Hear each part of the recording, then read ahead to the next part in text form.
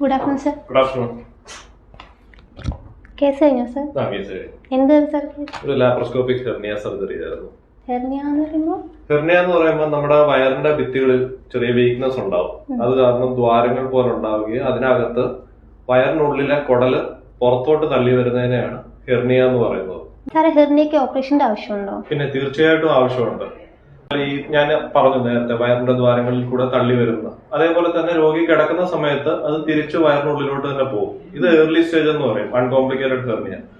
ആ സമയത്ത് തന്നെ നമ്മൾ സർജറി ചെയ്യുന്നതാണ് ഏറ്റവും നല്ല കാര്യം. ഇത് വെച്ചോണ്ടിരുന്നു കഴിഞ്ഞാൽ ഈ കുടല് തള്ളി വന്നിട്ട് ആ ദ്വാരത്തിന്റെ അവിടെ സ്റ്റക്കാവും, കുടലിൽ തടസ്സം വരികയും കുടലിലോട്ടുള്ള രക്തോട്ടം കുറയുകയും ഒക്കെ ചെയ്യും. അത് കോംപ്ലിക്കേറ്റഡ് ഹെർണിയ എന്ന് പറയും. ഈ സമയത്ത് സർജറി ചെയ്യുമ്പോൾ അതിന് റിസ്ക് കൂടും.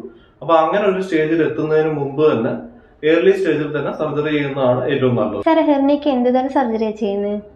ഹെർണിയക്ക് നമ്മൾ ഓപ്പണും ലാപ്രോസ്കോപ്പിക് സർജറിയും ചെയ്യുന്നുണ്ട്. നമ്മളിപ്പോൾ വളരെ റൊട്ടീനായിട്ട് ചെയ്യുന്നത് ലാപ്രോസ്കോപ്പിക് അല്ലെങ്കിൽ താക്കോൽ ദ്വാര ശസ്ത്രക്രിയ എന്ന് പറയും. വളരെ ചെറിയ മുറിവുകളിൽ കൂടെ തന്നെ വയറിനുള്ളിലോട്ട് ചെന്നിട്ട് ഈ ദ്വാരത്തിന്റെ അടുത്ത്, അതായത് ഹെർണിയയുടെ ഉത്ഭവ സ്ഥലത്തിൽ തന്നെ ഒരു വല വെച്ചിട്ട് ആ ദ്വാരം സീൽ ചെയ്യുക എന്നുള്ളതാണ് നമ്മളിപ്പോൾ ഹെർണിയ സർജറി ചെയ്യുന്നത്. ഇതിനകത്തെ മുറിവുകൾ വളരെ ചെറുതായതുകൊണ്ട് തന്നെ ലാപ്രോസ്കോപ്പിക് സർജറിക്ക് ഓപ്പൺ സർജറിയുടെ റിക്കവറി കുറെ കൂടെ ഫാസ്റ്ററും ആയിരിക്കും.